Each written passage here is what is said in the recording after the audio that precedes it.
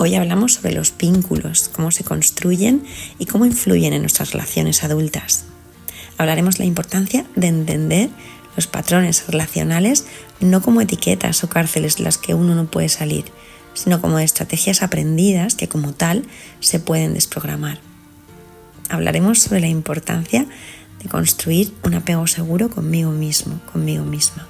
Como siempre desde la experiencia, como psicóloga, pero sobre todo como madre humana e imperfecta.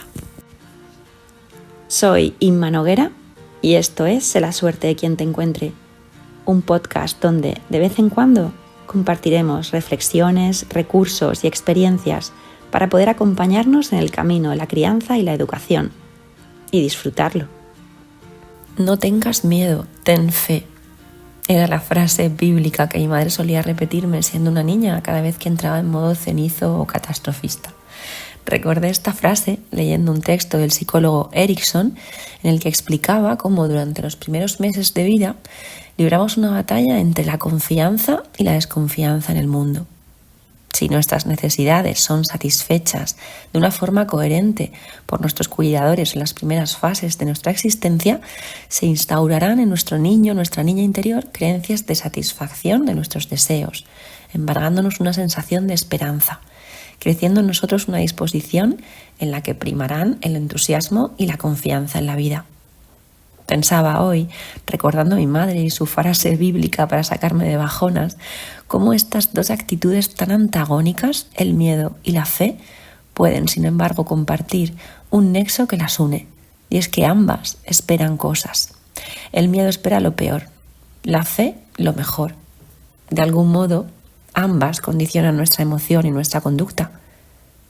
Pero, ¿cómo podemos confiar en que sucederá lo mejor si en realidad no tenemos ni idea?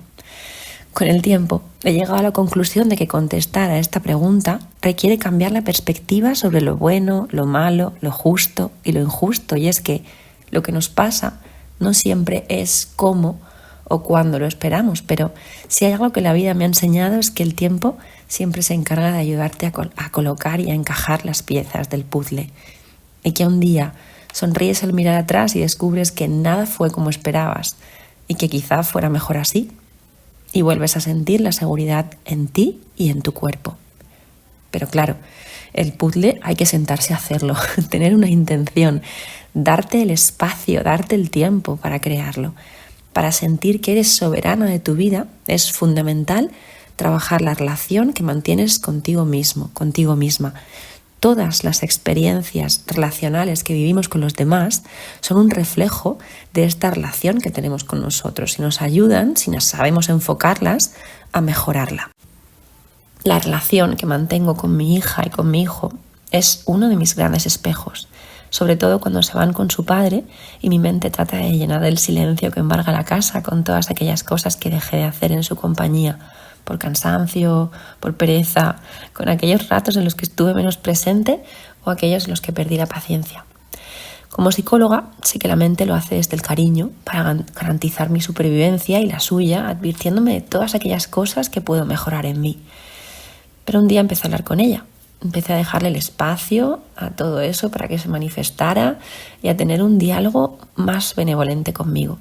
Empecé a escribirme. Querida yo futura de mañana, no has hecho galletas, pero has jugado a los tigres, a las cartas Pokémon y al arriba el lápiz. Has patinado sobre hielo, duplicado tu dosis de paciencia y eso ha funcionado en el 88% de las veces. Te has visto 3 pelis infantiles y llorado en 2 de ellas. Les has hecho tortilla de patatas y sopa, con lo que odias cocinar, y masajes y dado muchos besos. Les has dicho que no a todo lo que había que decir que no, o casi, y que sí a lo que había que decir que sí, pero no siempre, no todo el rato, y no pasa nada. Mi circunstancia como mami que tiene que separarse de sus hijos y vivirlos al 50% me ayudó a reconstruir la relación que mantenía conmigo, a estar en mí, en ese otro 50% en el que el ruido de fondo se apaga y da paso al silencio más atronador. Me ayudó a crear un apego seguro en mí. ¿Pero qué es esto del apego seguro y cómo lo construyo? El apego es ese vínculo afectivo profundo con las personas emocionalmente cercanas que se establece en la infancia, normalmente con papá o mamá o con los dos, y que repercute en nuestras relaciones adultas. El apego habla de cómo amas y cómo te dejas amar, de aquello que pasa dentro de ti cuando tienes una conexión más profunda o significativa con alguien. Fueron Bowlby y Ainsworth en los años 60 y 70 los primeros en investigar cómo los niños se apegan de forma instintiva a aquellos que les proveen de protección y de cuidado, fundamentales cuando somos seres dependientes, y cómo la forma en la que los adultos satisfacen estas necesidades influye en el desarrollo del vínculo de apego. El psicólogo Bowlby, a través de su trabajo durante la Segunda Guerra Mundial, encontró patrones de comportamiento y de respuesta similar en los niños separados de su familia que permanecían en orfanatos. Y estos niños, privados de una figura accesible y disponible de seguridad, mostraban una fuerte necesidad de proximidad con sus cuidadores, manifestando reacciones muy fuertes de estrés cuando estos se alejaban. La hipótesis de este autor es que si la situación de desprotección se alargaba en el tiempo, la indefensión aprendida de los pequeños se traducía en hostilidad y eso podía interferir en el establecimiento de relaciones saludables en el futuro. Por su parte, Mary Ainsworth estudió las interacciones entre madres e hijos en un entorno controlado de laboratorio en el que se observaba la respuesta de los niños ante breves separaciones con la madre y en presencia de un desconocido. La teoría de Bowlby y Ainsworth comprobó que niños y niñas desarrollaban estrategias de forma consciente o no para tratar de compensar las carencias de los lazos afectivos en la seguridad, formándose así los diferentes estilos de apego. En los 80, Hathan y Shaver extienden la teoría del apego a las relaciones adultas, sobre todo a las relaciones de pareja, y exponen que, si bien el nexo de unión entre los adultos difiere en muchos aspectos a la interacción entre los niños y sus cuidadores, sí que es cierto que comparten algunas similitudes, entre las que destaca el constituir un apoyo frente a los desafíos de la vida. Y por tanto, aplican a estas relaciones algunos de los principios de la teoría del apego. En respuesta a las experiencias y formas de responder a las necesidades de estos niños y niñas, estos autores diferenciaron entre los siguientes tipos de apego, que pueden ser apego ansioso o ambivalente, apego evitativo o evasivo, apego desorganizado o apego seguro. ¿Qué sintieron los niños que desarrollan un apego ansioso o ambivalente? ¿Qué sintieron en su infancia? Cierto abandono por parte de sus cuidadores principales que de forma ambivalente, unas veces sí, otras no, pues cubrían sus necesidades de la manera que podían, ¿vale? Esta incertidumbre se traduce en rabia, en frustración e inseguridad. El abandono del cuidador no tiene por qué ser físico ni tiene por qué ser consciente por parte del adulto. Puede mostrarse no accesible estando presente o producirse al tener que pasar largas temporadas fuera del hogar. ¿Cómo se comportan estos niños con apego ansioso? Tienen fuertes reacciones de miedo y angustia de manera evidente ante la separación y no se tranquiliza cuando vuelve el adulto porque anticipa que se va a volver a ir. ¿Qué estrategias relacionales pueden desarrollar estos niños cuando llegan a la edad adulta? Pues con la necesidad o la sensación de esa inseguridad que les va a llevar a una comprobación constante del vínculo a través de preguntas. ¿Me sigues queriendo? O a través de actitudes celosas o llamadas frecuentes para rebajar la ansiedad, a una dependencia y a una necesidad de una fusión emocional. Son frecuentes las conductas complacientes tendentes a agradar al otro para así evitar el posible abandono. Apego evitativo o evasivo. ¿Qué sintieron estos niños en la infancia? Sintieron un rechazo por parte de la figura de apego primario que no les brindó la atención o el cuidado que sentían necesarios. Esta indisponibilidad emocional o física del adulto generó una inseguridad en el niño o la niña que le llevó a reprimir sus demandas y a distanciarse emocionalmente de la figura de apego. ¿Cómo se comportan? Estos niños aparentemente son niños autónomos por la indiferencia ante la presencia del adulto de referencia, pero al medir sus marcadores de estrés en presencia de la figura de apego, se aprecia una alteración de dichos marcadores que refleja la sensación de falta de seguridad. Y sin embargo, y a diferencia del apego ansioso, no lo busca, sino que más bien se aleja. ¿Qué estrategias pueden desarrollar estos niños en la edad adulta? En el momento en que sienten una mayor intimidad o cercanía emocional con una persona con la que empiezan a establecer una relación, tienden a alejarse. Y esto ocurre porque en la infancia se asoció el amor con el dolor del rechazo y por eso tienden a evitarlo, porque les genera cierta incomodidad. Al apego evitativo le cuesta lidiar con la emocionalidad y las demandas afectivas del otro. Parecen personas independientes, pero en realidad esta autosuficiencia es un disfraz, un mecanismo de defensa para evitar sentirse rechazados. Apego desorganizado. ¿Qué sintieron en la infancia? Fundamentalmente miedo.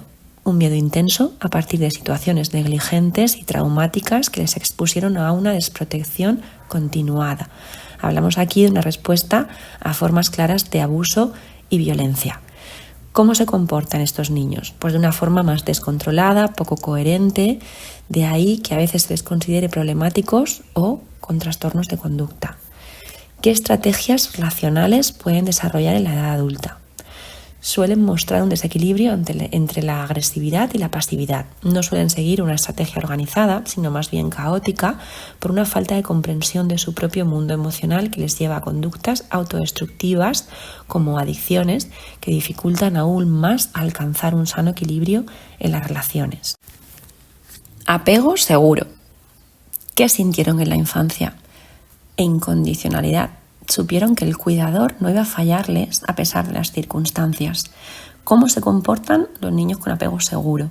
Normalmente exploran de forma activa y segura el entorno que con el que tienden a interactuar con curiosidad. ¿Qué estrategias relacionales suelen desarrollar en la edad adulta? No necesitan desarrollar estrategias que compensen ninguna carencia. El niño que se sintió guiado, acompañado y comprendido de una manera incondicional es un adulto que confía en su capacidad para afrontar las relaciones y sobreponerse cuando se acaban, por lo que no necesitan aferrarse a ellas. Aprendieron que vincularse es positivo y se sienten cómodas en la apertura emocional, manejando de forma saludable los conflictos y cualquier tipo de desavenencia en la relación, poniendo los límites que necesitan para sentirse bien de una forma respetuosa. Así que, como vemos, la evidencia científica refuta que el tipo de vínculo que establecimos en la infancia con nuestros cuidadores principales influye en la forma en que nos vinculamos con los demás en la adultez. Pero sucede que a veces utilizamos estas etiquetas como cárceles y es algo que veo mucho últimamente en las redes sociales y son cárceles de las que cuesta mucho salir. Yo soy apego ansioso, yo soy apego evitativo. Pues no. Es importante no identificarte con estos patrones como nuestra forma de ser, sino más bien como formas de operar, estrategias aprendidas por nuestro cerebro que como tales pueden desaprenderse. Fue Robert T. Mueller en su libro El trauma y la lucha por abrirse, que transcribe el discurso de un paciente que cuenta cómo sintió y vivió el rechazo de su madre alcohólica en la infancia, en un episodio en el que pues fueron a pedirle ayuda él y su hermana y se encontraron a su madre pues alcoholizada en su habitación, diciéndoles un poco pues que se buscaran la vida pues, porque ella en ese momento no podía atenderles, ¿no? Por cómo transcribe el discurso, el hombre de su adultez es consciente de que la madre en ese momento no lo hizo de una manera adulta, de una manera consciente, y sí que supone que se sintió rechazado y herido y bueno, que aún así sintió que él pudo darle ese apoyo a su hermana y bueno, cualquier persona que haya leído algo sobre apegos podría decir al leer el texto de este paciente que esta persona es un apego evitativo del libro fruto de su herida de rechazo en la infancia. Sin embargo, el solo hecho de haber experimentado una herida no nos convierte en algo de por vida, porque en este caso, en la transcripción de este paciente, el paciente no evita ni niega su dolor. es capaz de hablar de él desde el equilibrio, desde la honestidad, empatizando con su madre y empatizando también con el niño que fue, desde el adulto que es ahora, sin victimizarse y sin victimizar a su madre ni justificarla. Y eso, señores y señoras, es un apego seguro adquirido en la edad adulta a base de terapia y a base de evolución, forjado a través de la experiencia. Para eso estamos en este mundo, para experimentar y crecer y disfrutar del dolor también, aunque suene algo paradójico. No tengamos tanto miedo a sentir, a exponernos. Después de todo, las relaciones con las demás personas son espejos, los espejos que necesitamos para ponernos frente a nuestras heridas y darnos así la oportunidad de sanarlas. El dolor es una fuerza poderosísima que nos motiva a buscar recursos para salir de la oscuridad en la que nos sume. Es como caer dentro de un agujero profundo en la tierra y tener que agarrarse a todo lo que encuentras en las paredes para poder salir de él. Convertir raíces y piedras en escalones es posible si logras sacar la fuerza que llevas dentro para impulsarte. Obviamente que te tiren una cuerda desde arriba ayuda, claro. ¿Cuáles son esas cuerdas que podemos pedir? Pues un amigo de los buenos o varios, tu familia. Como psicóloga diría también un buen terapeuta. Cualquier cosa que te devuelva a ti, porque como niños y niñas necesitamos de ese adulto que nos sostenga, pero en la adultez ese otro somos nosotros y es nuestra responsabilidad hacernos cargo de nuestras heridas, de esos posibles patrones de respuesta adquiridos fruto de un sentimiento de abandono en la infancia. La clave siempre es volver a ti, pero sucede que solemos abandonarnos. Nos abandonamos cuando buscamos qué es eso incompleto en mí ante un rechazo, culpabilizándonos. Cuando nos preguntamos qué está pensando o haciendo el otro que no viene a salvarnos. Cuando buscamos fuera lo que está dentro, nos estamos abandonando. Todos y todas lo hacemos a veces. La cuestión es volver a traer tu energía de vuelta a casa, aprender a maternarnos, a sostenernos en brazos en una noche oscura, con falta de sueño, pero con ternura, como haría una madre recién salida de un spa y 5 años de terapia.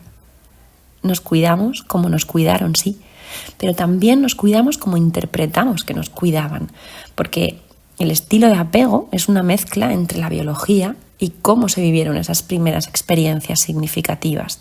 Como madre de 2 niños a los que he criado prácticamente igual, hay una tendencia que viene con ellos de serie y que hace que perciban lo que les ocurre, aunque les ocurra algo similar, de una forma muy distinta. Mi madre es, y lo digo sin ningún atisbo de duda, la persona más bonita que conozco y mi mayor suerte. Me inculcó desde muy niña la independencia y la fortaleza como cimientos sobre los que construir mi vida. Como pionera del emprendimiento femenino, le tocó lidiar con la gestión de su propio negocio, la crianza de 2 niñas y la incomprensión hacia la mujer de unos tiempos en los que hacer malabarismos para llevarlo todo sin que se le corriera el rímel no estaba tan normalizado como ahora. Y lo hizo lo mejor que pudo, porque pudo, habilitando un espacio para nosotras en su peluquería de barrio, donde hacíamos los deberes y pasábamos las tardes entre pinzas y rulos. Las necesidades emocionales de una niña de 7 años estaban cubiertas, sí, pero un bebé no cabía en una peluquería, por muy de barrio que fuera. Y a los 20 días de nacer, a mi yo bebé le tocó quedarse con 2 personas también muy bonitas, pero que no olían a mamá. Con ausencias o sin ellas, no cambiaría nada de mi infancia. Si cierro los ojos, recuerdo a mi madre sonriendo y bailando los anuncios con el pelo alborotado y una bata de felpa, el olor de su cuello y a mí sentirme muy libre en su presencia. Recuerdo su luz. Y claro, donde hay tanta luz, pues también hay mucho de sombra. Pero hasta eso de ella acabó gustándome cuando me atreví a transitar la mía, a maternarme. Y es que tengo la mejor madre del mundo, porque no lo es, pero siempre fue mi hogar y es mi maestra en el maravilloso arte de vivir la vida en modo junco y resiliente. Tengo los mejores hijos del mundo, porque no lo son, pero me dan unos abrazos que hacen que me estalle el corazón. Son mis maestros en el maravilloso arte de la paciencia. Tengo el mejor exmarido del mundo, porque no lo es, pero hace unas pizzas y unas guitarras alucinantes. Y es mi maestro en el maravilloso arte de respetar mis propios límites. Supongo que el secreto para pasar por la vida sin que una cola larga en el súper te fastidie el día es aceptar las cosas tal cual son. Las mamis y las colas también. Y quedarte con lo bueno, siempre. Desarrollar la práctica de sacarle el lado brillante a la vida, que al menos en mi caso no vino de serie.